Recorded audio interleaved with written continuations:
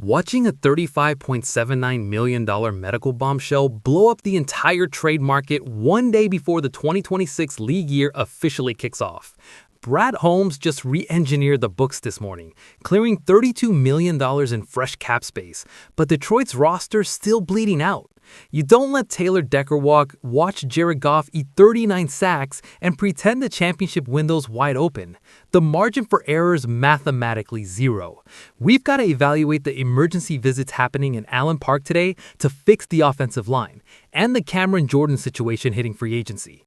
But there's a catastrophic failed physical that just happened over in Baltimore that completely shattered the asking price for a premier edge rusher. Vegas isn't getting 2 first-round picks anymore.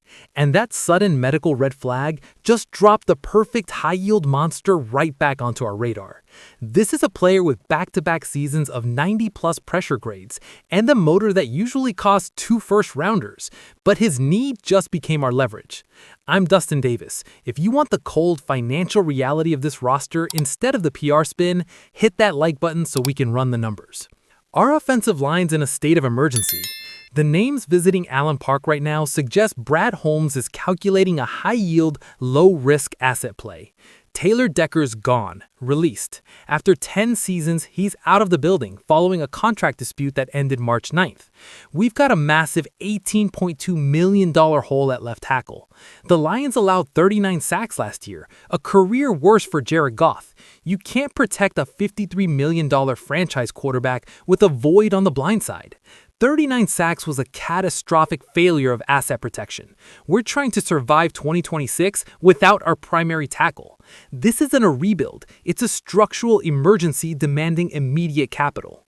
Detroit made moves to stop the bleeding this week. They signed Cade Mays to a 3-year, $25 million deal to stabilize the interior. Mays is 26, physical, and fills the hole left by Frank Ragnow's retirement. They also brought in Larry Borom for tackle depth on Monday. Borom's 27 and played 664 snaps at right tackle last season, but he doesn't solve the problem out on the edge. Giovanni Manu's supposed to be the next man up, but he hasn't shown the week-to-week consistency Dan Campbell demands. That's why Detroit's interest in Jedrick Wills makes a ton of sense. NFL insider Jordan Schultz reported the former Cleveland Browns first-round pick took a visit with Detroit. The facts on Wills are simple. He's 26 years old and he's only played 13 total games across the 2023 and 2024 seasons combined. A nasty knee injury took him out in late 2023, held him to just 5 games in 2024, and made him sit out the entire 2025 campaign to rehab. Wills openly called sitting out a business decision and made it clear that he wasn't rushing back until he was 100% ready. That soundbite tanked his market value. But from a technical standpoint, bringing in a fully rehab tackle on a discount is vastly superior business for Detroit than overpaying for a veteran who's already physically declining. Before his body broke down, Wills was a massive piece for Cleveland. During his first 3 seasons, Pro Football Focus handed him pass blocking grades of 77.6, 67.9, and 69.6. His run blocking was weaker, putting up a 52.8 and a 61.7. He also had a discipline problem, getting flagged 25 times over those 3 seasons. But the pass blocking metrics prove he can keep the pocket clean. And right now, buying Jared Goff an extra half second is the only metric that matters. A strict locker room fixes a lot of bad habits. If Wills buys into accountability in Allen Park, this could be the most efficient tackle acquisition of the decade. Given his medical sheet, Wills' next contract's almost guaranteed to be a 1-year prove-it deal. The financial risk is practically zero, especially with the $32 million we just cleared today. Prove-it deals are the most ruthlessly effective tool a GM has. You bring a guy in who's fighting for his NFL survival, and you get maximum output for a minimum cap hit. But fixing the offensive line's only half the equation. If we're going to evaluate why this team fell short, we've got to look at the defensive math. A future Hall of Famer just hit the open market, and Detroit's name's already buzzing. This move could finally fix our biggest weakness. With $32 million in new cap space from the Goff restructure, Brad Holmes is hunting impact players. Hutchinson's locked through 2029 after putting up 14.5 sacks, but the other side's a graveyard of production. 2022, John Kaminsky, 4 sacks. 2023, John Kaminsky, 2 sacks. 2025, Alquin and Muhammad, 11.0 sacks. Muhammad's heading for a payday we won't match.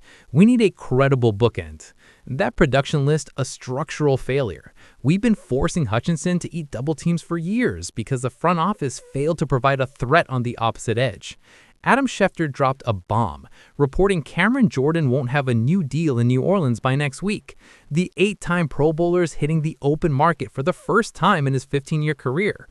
Even on a bad Saints team, Jordan finished 2025 with 10.5 sacks, 47 tackles, 15 quarterback hits, and 2 forced fumbles. He played all 17 games, just like he's done for the last 3 years straight. In a league defined by attrition, getting 17 games and double-digit sacks is the exact ROI this defense requires. Jordan doesn't miss games, and he doesn't miss quarterbacks. He'll turn 37 before the 2026 season, but he's sitting on 132.0 career sacks, 17th on the all-time list. Age is just a number when the pressure rate remains static. If you can still collapse a pocket 10 times a year, you hold immediate value. Spotrac projects Jordan to sign a 1-year deal around $6.8 million. For a Hall of Fame track record, that's a steal. Jordan told TMZ Sports, "Things I've never asked for is top dollar. All I've ever asked for is to be valued." That's the profile you target. A player optimizing for legacy rather than every last cap dollar. It lines up with how Brad Holmes does business. He doesn't pay retail, he finds talent worth way more than the price tag. You can't ignore the coaching connection. Dan Campbell was the assistant head coach in New Orleans from 2016 through 2020, Jordan's peak years. Campbell knows the asset, Jordan knows the scheme. That eliminates the learning curve. Even with Hutchinson's year, the pass rush struggled to finish plays in 2025. Adding Jordan, who played 590 snaps last year, instantly gives Detroit a proven weapon nobody else on this current roster can match. Securing a defensive legend for $6.8 million flips the math. It lets us retain the massive cash necessary to rebuild the line, but it also leaves a door wide open for a nuclear option on the trade market. That nuclear option is the Max Crosby situation, which is suddenly too viable for Detroit to ignore. If you're wondering why we're still evaluating a Crosby the Detroit move when he was supposed to be heading to the Ravens, look at the timeline. Baltimore yanked their deal back from Las Vegas yesterday, one single day before the 2026 league year officially started. It completely crashed Max Crosby's market value. Crosby reportedly failed his physical in Baltimore, which is incredibly awkward considering he was already sitting in the facility waiting for the ink to dry. The Ravens didn't even wait for a second opinion. They immediately pivoted and handed Trey Hendrickson a massive $112 million deal this morning. That move effectively orphaned Crosby back in Vegas with zero leverage and a medical red flag. Vegas can't demand 2 first-rounders for damaged goods anymore. Because of that medical red flag, Max Crosby could be had for way less than the original asking price. Let's run the trade framework. That move involved Detroit sending the Raiders our 2026 first-round pick, a 2027 second-round pick, and Aleem McNeil.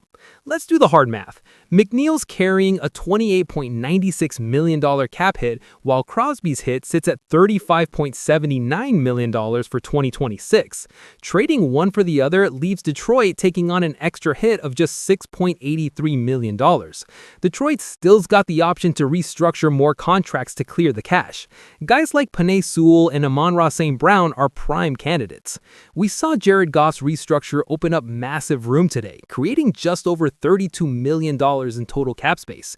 We could use that capital to absorb Crosby's hit and still afford our recent free agency signings. Starting negotiations with cheaper contracts gives Detroit massive leverage, especially since we aren't stuck in the cap hell Vegas is dealing with.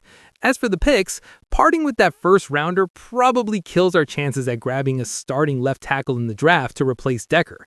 We'd be forced into taking a developmental backup in the second round. Max Crosby takes a huge swing at our cap space way beyond 2026, which complicates the long-term math. The future money's the biggest sticking point here, even more than giving up McNeil or the picks. Kicking the financial can down the road for a guy who's actively failing physicals doesn't fit Brad Holmes' MO. zero, but the medical discount makes it a required conversation. Considering the issues with Crosby's knee, a meniscus repair that some doctors are worried about long-term, pulling off a cheaper deal is absolutely worth Brad Holmes picking up the phone.